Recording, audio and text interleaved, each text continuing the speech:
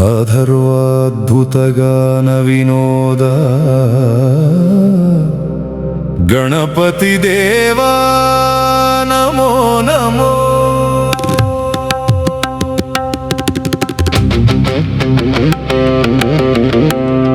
नित्यानंद नमो नमो। निजफलदायक नमो नमो। सच्चिदानंद नमो नमो। सिद्धविनायक नमो नमो। निरंजन नमो नमो। निर्मल निश्चल नमो नमो। विश्वसृष्टिलय कारण शंभो विमल चरित्र नमो नमो। विघ्नराज नमो नमो। विष्णु प्रभाव नमो नमो। वेदवेद्य नमो नमो। विकटदंत नमो नमो। ज्ञानात्मक नमो नमो। ज्ञान प्रकाशक नमो नमो। वक्रतुंड नमो नमो। वक्रदंत नमो नमो। विद्याधर नमो नमो।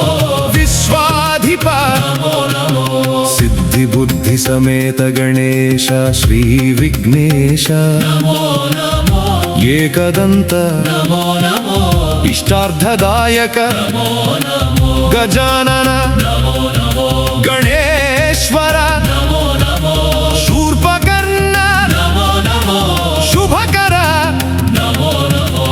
ओंकार रूप नमो नमो। ओंकार गणेश नमो नमो। ज्ञानाश्रित नमो नमो। ज्ञान निलय नमो नमो।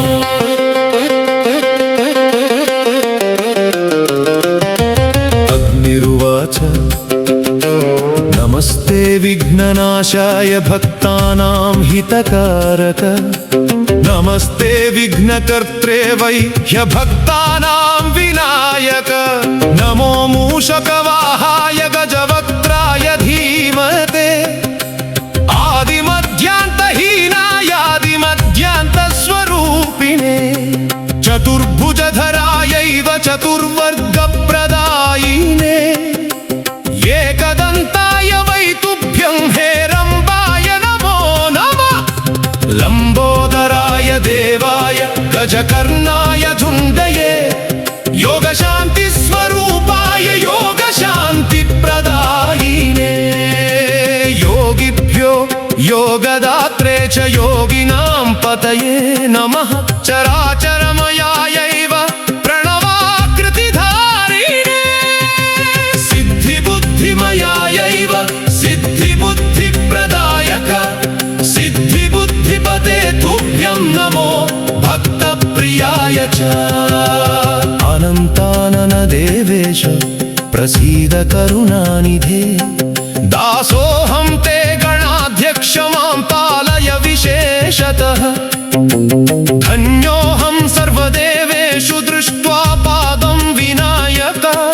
कृतकृत्यो महायोगी ब्रह्मभूतो न संशयः। यदि प्रसन्न भावेन वरदो एसि गजानन। तदा मां शापहीनं त्वं कुरु देवेन्द्र सत्तम। तव भक्तिं दृढां देहि यया मोहो विनश्यति। तव भक्तैः सह वासो ममास्तु गणनायक। यदा सङ्कटसंयुक्तस्तदा स्मरणतस्तव। निस्सङ्कटो महमत्यन्तं भवामि त्वत्प्रसादतः। इति श्रीमन्मुद्गले महापुराणे द्वितीयखण्डे अग्निकृतश्री गणेशस्तोत्रम्।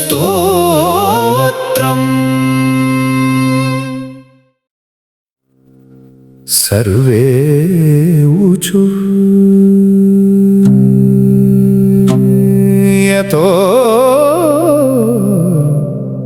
यतोऽनन्तशक्तेरनन्ताश्च जीवा। यतो निर्गुणादप्रमेया गुणास्ते।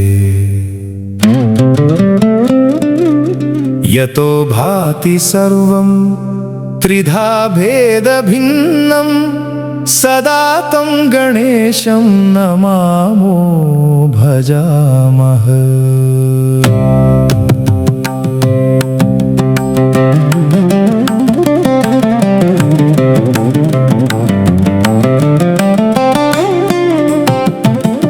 यतश्चाविरासीज्जगत्सर्वमेत तथाब्जासनो विश्वगोप्ता तथेन्द्रादयो देवसङ्घा मनुष्या सदा तं गणेशं नमामो भजामः। यतो वह्निभानुभवो भूर्जलं च यतः सागराश्चन्द्रमा व्योमवायुः यतस्थावरा जङ्गमा वृक्षसङ्घा सदा तं गणेशं नमामो भजामः।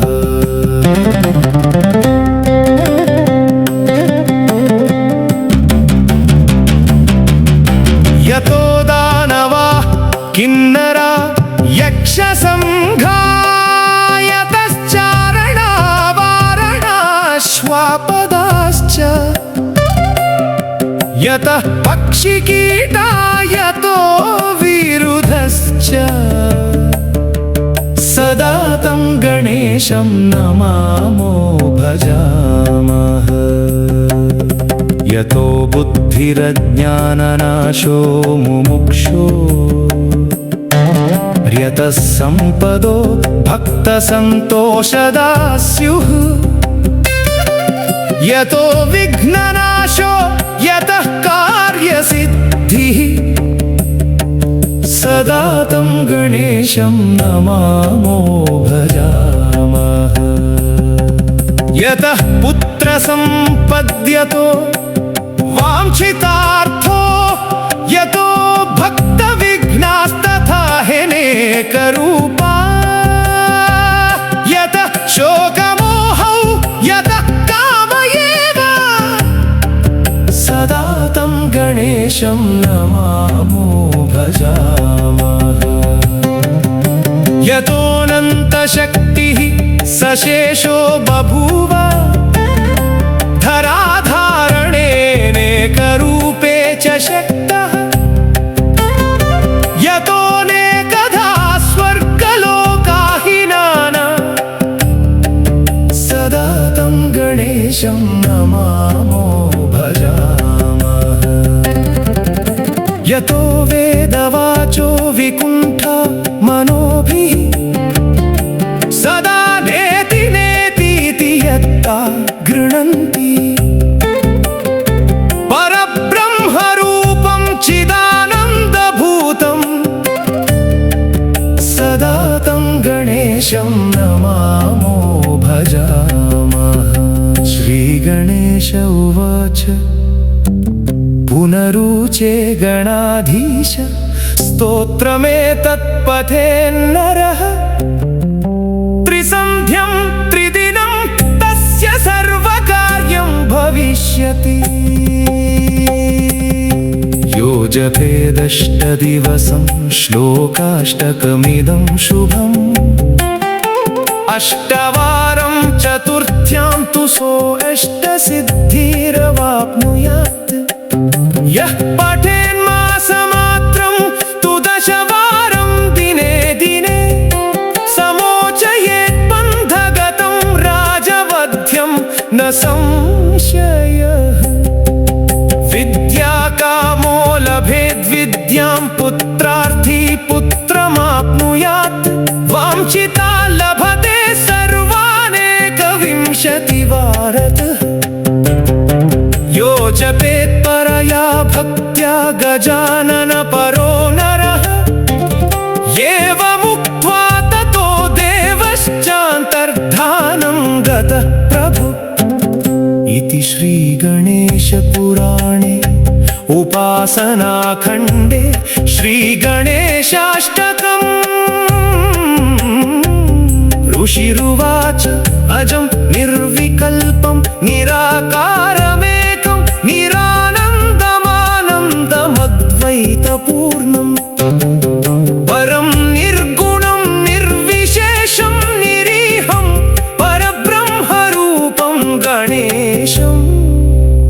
भजेम गुणातीतमानं चिदानन्दरूपं चिदाभासकं सर्वगं ज्ञानगम्यं मुनिज्ञेयमाकाशरूपं परेशं परब्रह्मरूपं गणेशं भजेम जगत्कारणं कारणज्ञानरूपं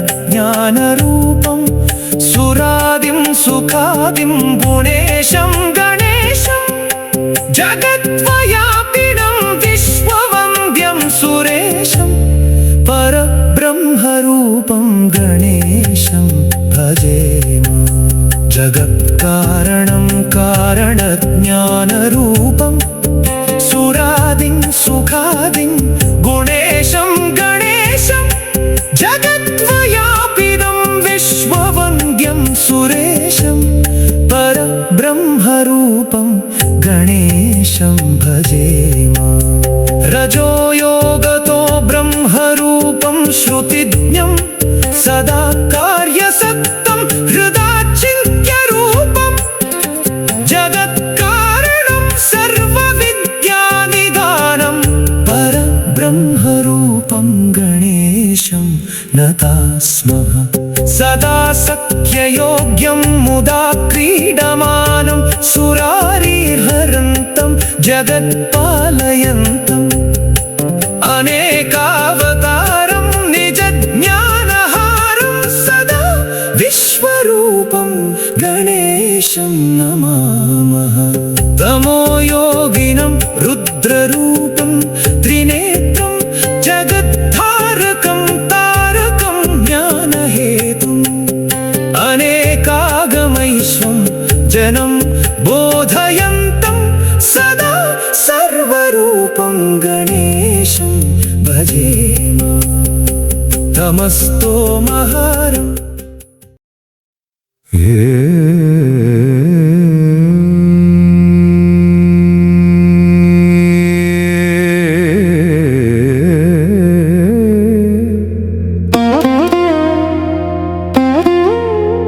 एकदन्तं महाकायं तप्तकाञ्चनसन्निभं लम्बोदरं विशालाक्षं वन्देऽहं गणनायकम्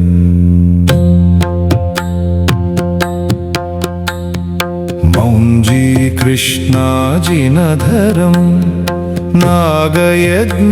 नागयज्ञोपवीतिनं बालेन्दुशकलं मौळौ वन्देऽहं गणनायकम्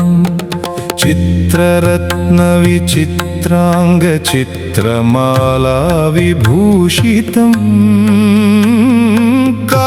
कामरूपधरं देवं वन्देऽहं गणनायकम् गजवक्त्रं सुरश्रेष्ठं कर्णचामरभूषितं पाशाङ्कुशधरं देवं वन्देऽहं गणनायकम् मूषकोत्तममारुह्य देवासुरमहाहवे योद्धुकामं महावीर्यं वन्देऽहं गणनायकम्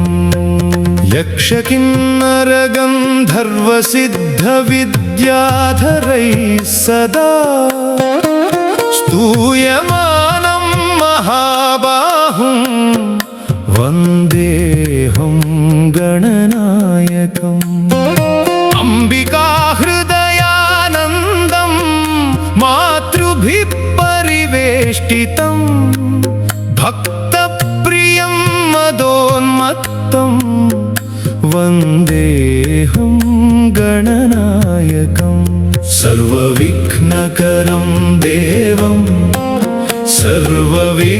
सर्वविघ्नविवर्जितं सर्वसिद्धिप्रदातारं वन्देऽहं गणनायकम् गणाष्टकमिदं पुण्यं यः पठेत् सततं नरः सिद्ध सिद्ध्यन्ति सर्वकार्याणि विद्यावान् धनवान् भवेत्। ओमित्यादौ वेदविदोऽयं प्रवदन्ति, ब्रह्माद्यायं लोकविधाने प्रणमन्ति। योऽन्तर्यामी प्राणिगणानां हृदयस्थ तं विघ्नेशं दुःखविनाशं कलयामि। गंगा गौरी शंकर संतोषकवृत्तं, गन्धर्वाली गीतचरित्रं सुपवित्रं। यो देवानामादिरनादिर्जगदीशं तं विघ्नेशं दुःखविनाशं कलयामि। गच्छेत् सिद्धिं यन्मनुजापि कार्याणां, गन्तापारं संसृति सिन्धोर्यद्वेता। गर्वग्रन्थेर्यः किल भेत्ता गणराज, तं विघ्नेशं दुःखविनाशं कलयामि। तन्येत्युच्चैर्वर्णजपादौ पूजार्थं, यद्यन्त्रान्तः पश्चिमकोणे निर्दिष्टं। बीजं ध्यातु पुष्टिदमात्वलर्णवाक्यै, तं विघ्नेशं दुःखविनाशं कलयामि। पद्भ्यां पद्मश्रीमदहृद्भ्यां प्रत्यूषे, मूलाधारां भोरुहभास्वद्भानुभ्यां। योगी यस्य प्रत्यहमजपार्पणदक्ष, तं विघ्नेशं दुःखविनाशं कलयामि। तत्त्वं यस्य श्रुतिगुरुवाक्यैरधिगत्य, ज्ञानी प्रारब्धानुभावन्ते निजधाम। शान्ता विद्या तत्कृतबोधः स्वयमीया, तं विघ्नेशं दुःखविनाशं कलयामि। ये ये भोगलोकहितार्था सपुमार्था, ये ये योगसाध्यसुलोका सुकृतार्था। ते सर्वे सूर्यन्मनुजपदः पुरुषाणां, तं विघ्नेशं दुःखविनाशं कलयामि। नत्वा नित्यं यस्य पदाब्जं मुहुरर्ति, विद्वैतात्मा खण्डसुखस्य धतमोह। कामान् प्राप्नोतीति किमाश्चर्यमिदानीं, तं विघ्नेशं दुःखविनाशं कलयामि। मस्तप्रोद्यच्चन्द्रकिशोरं करवक्त्रं, पुस्ताक्षस्रक्ताशश्रुनिस्फीतकराब्जं। शूर्पशोद्यं सुन्दरगात्रं शिवपुत्रं, तं विघ्नेशं दुःखविनाशं कलयामि। सिद्धान्तार्थं सिद्धिगणेशस्तुतिमेनां, सुब्रह्मण्याभयसूर्युक्तां मनुयुक्तां। उक्त्वा श्रुत्वा वीक्षितकार्यं निर्विघ्नं, मुक्त्वा लोहं दो।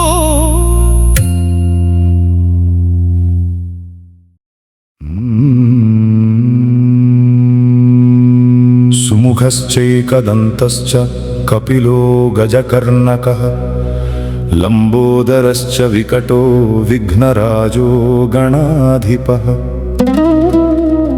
धूमकेतुर्गणाध्यक्ष फालचन्द्रो गजाननः, वक्रतुण्डशूर्पकर्णो हेरम्बस्कन्दपूर्वजः। षोडशैतानि नामानि यः पठेत् शृणुयादपि, विद्यारम्भे विवाहे च प्रवेशे निर्गमे तथा। सङ्ग्रामे सर्वकार्येषु विघ्नस्तस्य न जायते। रणक्षुद्रघण्टानिनादाभिरामम्, चलत्ताण्डवोद्दण्डवत्पद्मतालम्। लसत्तुन्दिलाङ्गोपरिव्यालहारम्, गणाधीशमीशानसूनुं तमीडे। ध्वनिध्वंसवीणालयोल्लासिवक्त्रम्, स्फुरच्छुण्डदण्डोल्लसद्बीजपूरम्। गलद्दर्पसौगन्ध्यलोलालिमालम्, गणाधीशमीशानसूनुं तमीडे। प्रकाशज्जपारक्त प्रसून प्रवाल प्रभातारुण ज्योतिरेकम् प्रलम्बोदरं वक्रतुण्डैकदन्तं गणाधीशमीशानसूनुं तमीडे विचित्रस्फुरद्रत्नमाला किरीटम् किरीटोल्लसच्चन्द्ररेखा विभूषम् विभूषैकभूषं भवध्वंसहेतुं गणाधीशमीशानसूनुं तमीडे उदञ्चद्भुजावल्लरी दृश्यमूलो चच्चलद्भ्रूलता विभ्रमभ्राजदक्षम् मरुत्सुन्दरी चामरैः सेव्यमानम् गणाधीशमीशानसूनुं तमीडे स्फुरन्निष्ठुरालोलपिङ्गाक्षितारम् कृपाकोमलोदारलीलावतारम् कलाबिन्दुगं गीयते योगिवर्यै गणाधीशमीशानसूनुं तमीडे यमेकाक्षरं निर्मलं निर्विकल्पम् गुणातीतमानन्दमाकारशून्यम् परं पारमोङ्कारमाम्नाय गर्भम् वदन्ति प्रगल्भं पुराणं तमीडे चिदानन्दसान्द्राय शान्ताय तुभ्यम् नमो विश्वकर्त्रे च हर्त्रे च तुभ्यम् नमो अनन्तलीलाय कैवल्यभासे नमो विश्वबीज प्रसीदेश सूनो इमं सुस्तवं प्रातरुत्थाय भक्त्या पठेद्यस्तु मर्त्यो लभेत् सर्वकामान् गणेशप्रसादेन सिद्ध्यन्ति वाचो गणेशे विभौ दुर्लभं किं प्रसन्ने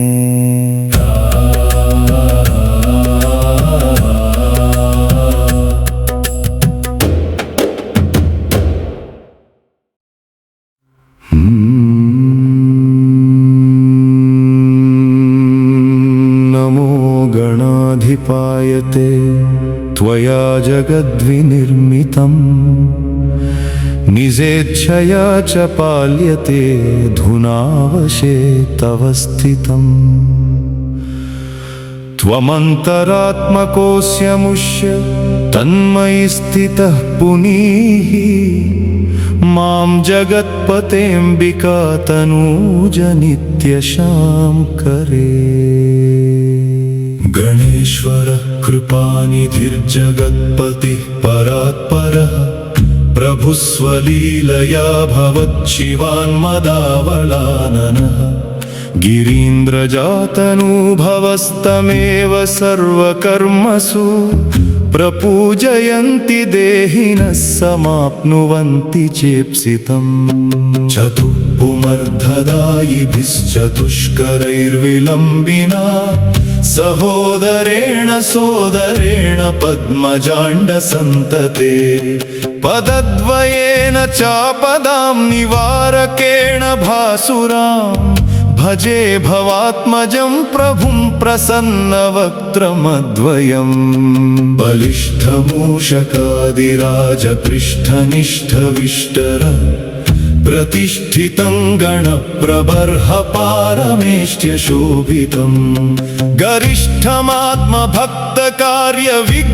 गरिष्ठमात्मभक्तकार्यविघ्नवर्गभञ्जने पटिष्ठमाश्रितावने भजामि विघ्ननायकम् भजामि शूर्पकर्णमग्रजं गुहस्य शङ्करा मजं गजाननं समस्तदेववृन्दवन्दितम् महान्तराय शान्तिदम् अतिप्रदम् गणपतिं श्रुतिस्मृतिस्तुतं गणेश्वरं मदीश्वरम् यदङ्घ्रिपल्लवस्मृतिर्निरन्तराय सिद्धिदा यमेव बुद्धिशालिनः स्मरन्त्यहर्निशं हृदि यमाश्रितस्तरत्यलङ्घ्य कालकर्मबन्धनम् तमेव चित्सुखात्मकं भजामि विघ्ननायकम् कराम्बुजस्फुरद्वराभयाक्षसूत्रपुस्तक सृणिस्सबीजपूरकञ्जपाशदन्तमोदकान् वहन् किरीटकुण्डलादिदिव्यभूषणोज्ज्वलो गजाननो गणाधिपः प्रभुर्जयत्यहर्निशम् गिरीन्द्रजामहेशयो परस्परानुरागजम् निजानुभूतचित्सुखं सुरैरुपास्य दैवतम् गणेश्वरं गुरुं गुहस्य विघ्नवर्गघातिनम् गजाननं भजाम्यहं न दैवमन्यमाश्रये गणेशपञ्चचामरस्तुतिं पठध्वमादरात् मनीषितार्थदायकं मनीषिणः कलौ युगे निरन्तराय सिद्धिदं चिरन्तनोक्तिसम्मतं निरन्तरं गणेशभक्तिशुद्धचित्तवृत्तयः इति श्रीसुब्रह्मण्ययोगी विरचिता श्रीगणेशपञ्चचामरस्तुति मुदाकरात्तमोदकं सदा विमुक्तिसाधकं कणाधरावतंसकं विलासिलोकरक्षकम् अनायकैकनायकं विनाशिते भदैत्यकं नताशुभाशुनाशकं नमामि तं विनायकम् न ते तरातिभीकरं नवोदितार्कभास्वरं नमत्सुरारिनिर्जरं नताधिकापदुद्धरं सुरेश्वरं निधीश्वरं गजेश्वरं गणेश्वरं महेश्वरं तमाश्रये परात्परं निरन्तरम् समस्तलोकशङ्करं निरस्तदैत्यकुञ्जरं दरे दरोदरं वरं वरे भवक्रमक्षरं कृपाकरं क्षमाकरं मुदाकरं यशस्करं मनस्करं नमस्कृतं नमस्करो विभास्वरम् अकिञ्चनार्तिमार्चनं चिरन्तनोक्तिभाजनं पुरारिपूर्वनन्दनं सुरारिगर्वचर्वणं प्रपञ्चनाशभीषणं धनं जयादिभूषणं कबूलदानवारणं भजे पुराणवारणम्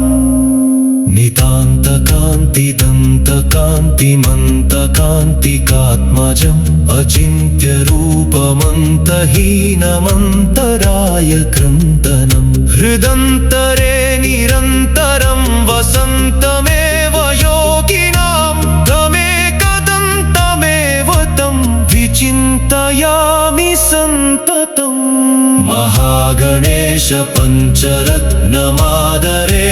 यो हिन्महं प्रजल्पति प्रभातगे हृदि स्मरन् गणेश्वर गजमुखस्मितं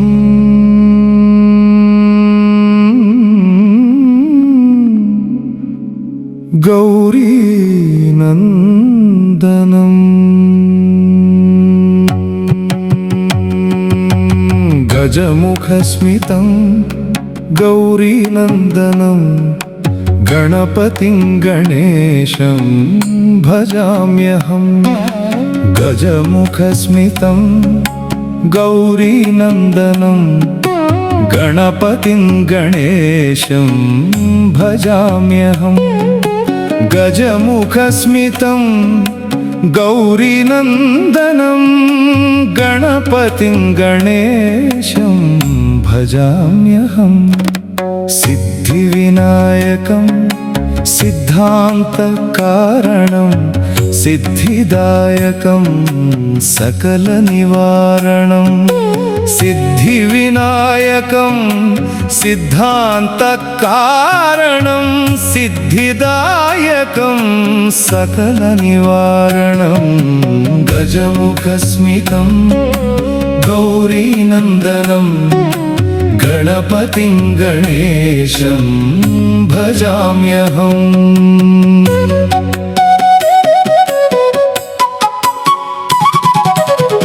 विघ्नराजं विद्याप्रदायकं विज्ञानपूर्णं विमलहृदयं विघ्नराजं विद्याप्रदायकं विज्ञानपूर्णं विमलहृदयं गजमुखस्मितं गौरीनन्दनं गणपतिं गणेशं भजाम्यहम्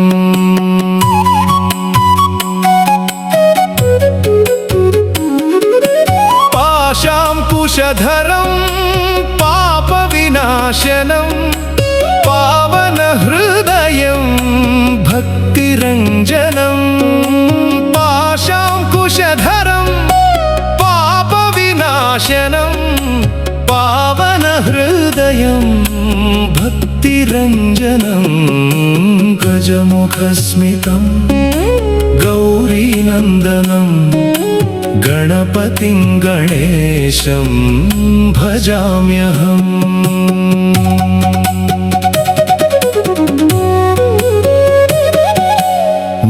मूषिकवाहनं मोक्षप्रदायकं मङ्गलमूर्तिं महिमकारणं मूषिकवाहनं मोक्षप्रदायकं मङ्गलमूर्तिं महिमकारणं गजमुखस्मितं गौरीनन्दनं गणपतिं गणेशं भजाम्यहम् एकदन्तं भक्तप्रियकरं ये लोकनाथं भजहं शरणं एकदन्तं भक्तप्रियकरं ये लोकनाथं भजहं शरणं गजमुखस्मितं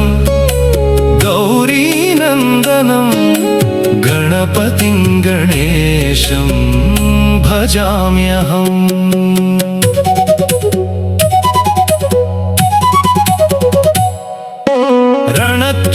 रणक्षुद्रघण्टानि नादाभिरामं चलत्ताण्डवोद्दण्डवत्पद्मतालं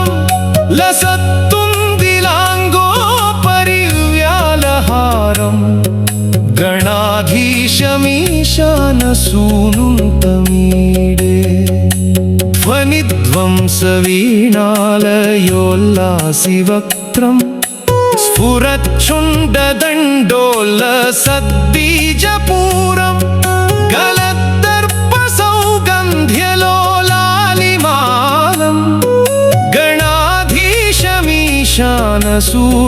तमीडे प्रकाशज्जपारक्तरत्नप्रसून प्रवालप्रभातारुणज्योतिरेकं प्रलम्बोदरं वक्रतुण्डैकदन्तं गणाधीशमीशानसूनुं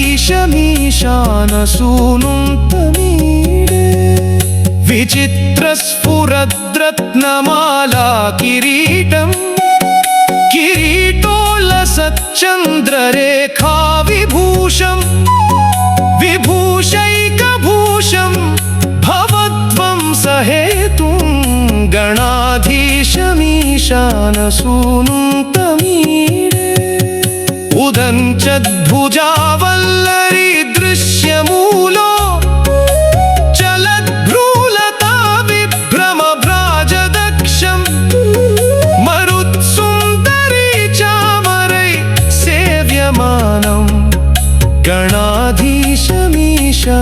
सूनुन्तमीडे स्फुरन्निष्ठुरालोलपिङ्गाक्षितारम् कृपाकोमलोदारलीलावतारम् कलाबिन्दुगं गीयते योगिवर्यै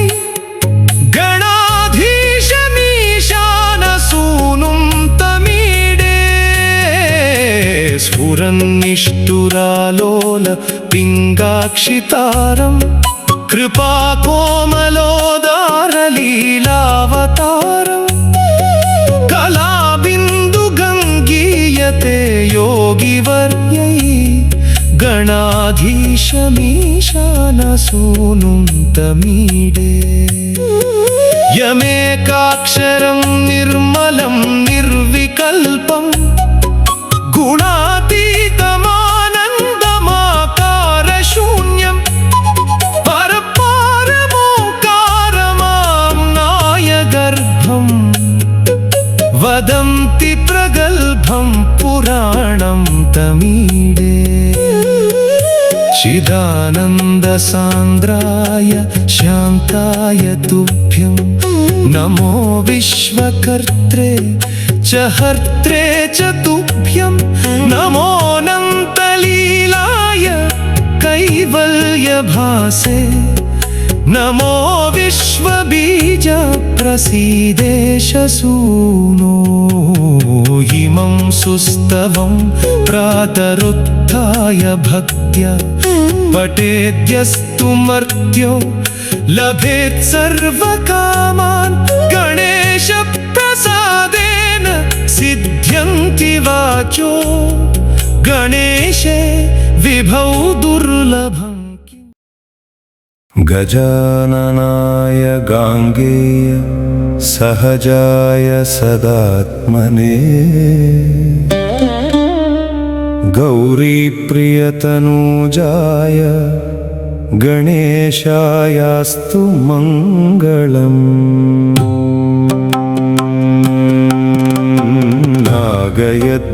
नागयज्ञोपवीताय नतविघ्नविनाशिने नन्द्यादिगणनाथाय नायकायास्तु मङ्गलम् इभवक्त्राय चेन्द्रादिवन्दिताय चिदात्मने ईशानप्रेमपात्राय चेष्टदायास्तु मङ्गलम् सुमुखाय सुषुण्डाग्रोक्षिप्तामृतघटाय च सुरबृन्दनिषेव्याय सुखदायास्तु मङ्गलम् चतुर्भुजाय चन्द्रार्धविलसन्मस्तकाय च चरणावनतानन्ततारणायास्तु मङ्गलम् वक्रतुण्डाय वटवे वन्द्याय वरदाय च विरूपाक्षसुतायास्तु विघ्ननाशाय मङ्गलम् प्रमोदामोदरूपाय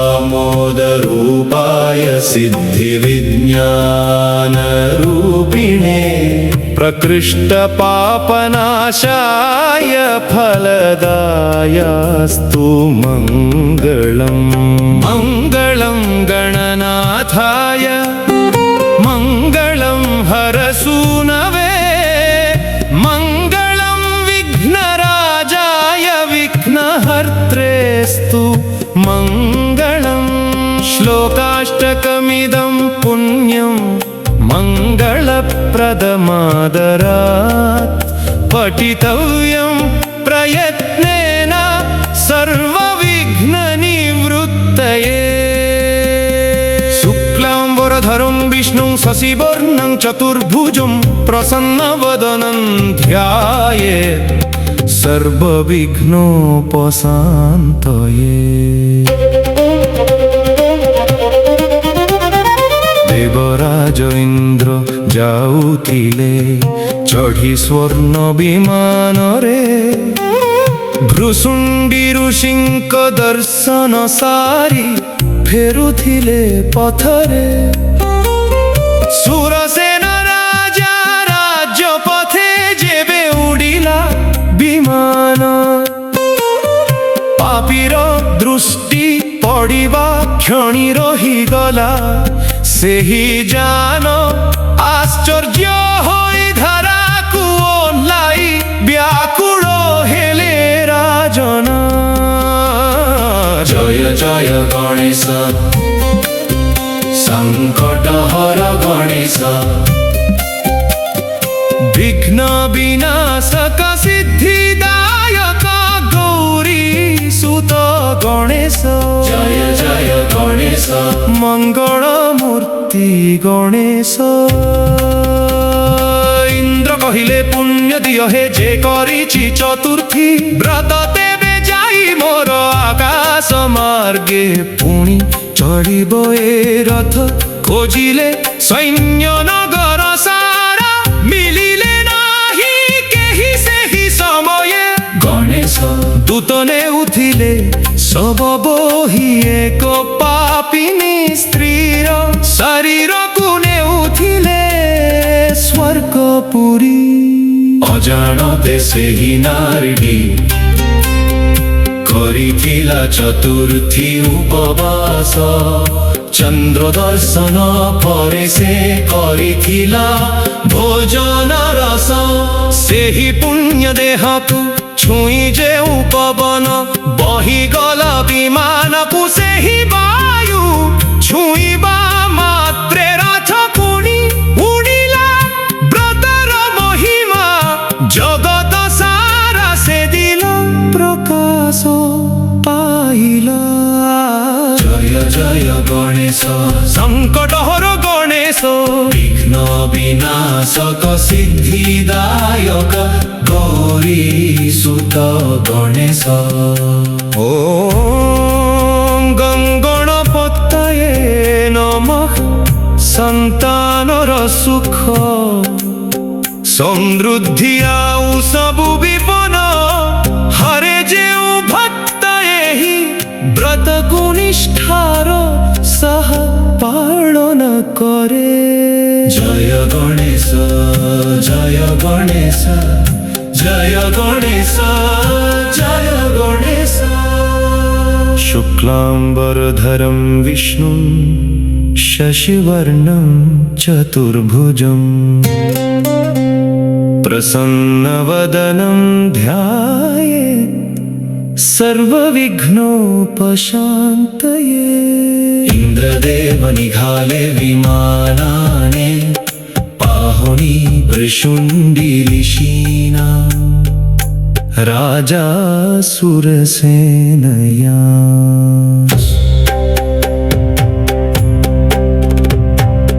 इंद्रदेव निघाले विमानाने, पाहुणी भृशुंडी ऋषीना।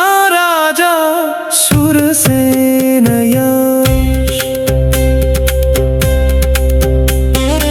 इंद्रदेव निघाले विमानाने, पाहुणी भृशुंडी ऋषीना। राजा सुरसेनया इंद्रदेव निघाले विमानाने, पाहुणी भृशुंडी ऋषीना। राजा सुरसेनया विभवक्त्राय चेन्द्रादिवन्दिताय चिदात्मने, ईशान प्रेम पात्राय चेष्टदायास्तु मङ्गलम्। सुमुखाय सुषुण्डाग्रूक्षिप्ता मृतघटाय च, सुरवृन्दनिषेव्याय सुखदायास्तु मङ्गलम्। नागयज्ञोपवीताय नतविघ्नविनाशिने, नन्द्यादिगणनायकाय